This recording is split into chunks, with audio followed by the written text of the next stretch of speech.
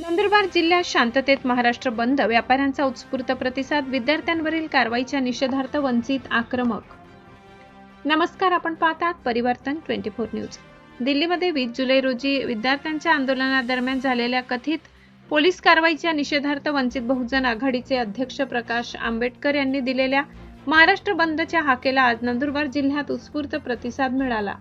शहादा, नवापूर आणि नंदुरबार शहरासह जिल्ह्यातील अनेक भागात व्यापाऱ्यांनी स्वयंस्फूर्तीने दुकाने बंद ठेवत आंदोलनाला पाठिंबा दिला.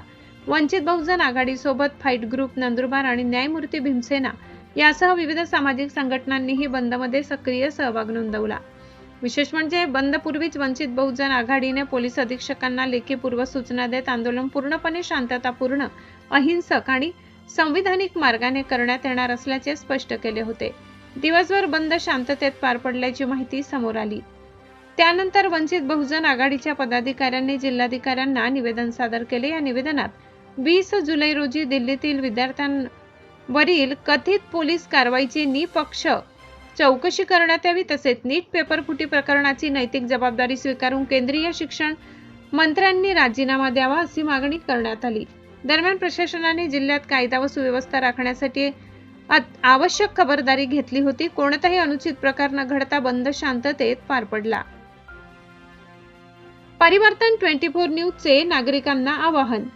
कोणत्याही अफवांवर विश्वास ठेवू नका. अधिकृत माहितीचीच खात्री करून प्रतिक्रिया द्या आणि शांतता व कायदा सुव्यवस्था राखण्यासाठी प्रशासनाला सहकार्य करा. अशाच विश्वासार्ह आणि बेधडक बातम्यांसाठी परिवर्तन 24 न्यूजला सबस्क्राईब करा. व्हिडिओला लाईक करा आणि शेअर करायला विसरू नका. धन्यवाद. आज दिनांक 23 जुलै 2026 रोजी आदरणीय श्रद्धेय बाळासाहेब आंबेडकर वंचित बहुजन आघाडीचे राष्ट्रीय नेते यांच्या वतीने महाराष्ट्र बंदचे आवाहन करण्यात आलं होतं. त्या संदर्भात आम्ही नंदुरबार जिल्हा देखील बंद केला. नंदुरबार जिल्हा बंद मध्ये वंचित बहुजन आघाडी, फाईट ग्रुप आणि मेत्तर समाज संचलित न्यायमूर्ती भीमसेना अशा इतर सर्व संघटनांचा आम्हाला पाठिंबा मिळाला आणि आम्ही नंदुरबार जिल्हा हा व्यवस्थितरित्या बंद केला.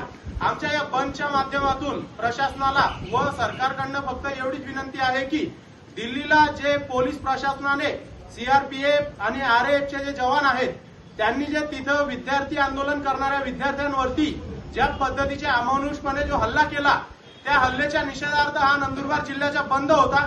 तरी आमच्या भारत सरकारला ही मागणी आहे की धर्मेंद्र प्रधान जे एज्युकेशन मिनिस्टर म्हणून बसले आहेत आणि त्यांच्या कालखंडामध्ये 2-3 वेळेस पेपर फुटी झाले, तरी त्या पेपर फुटीच्या निषेधार्थ देखील हा आंदोलन होता.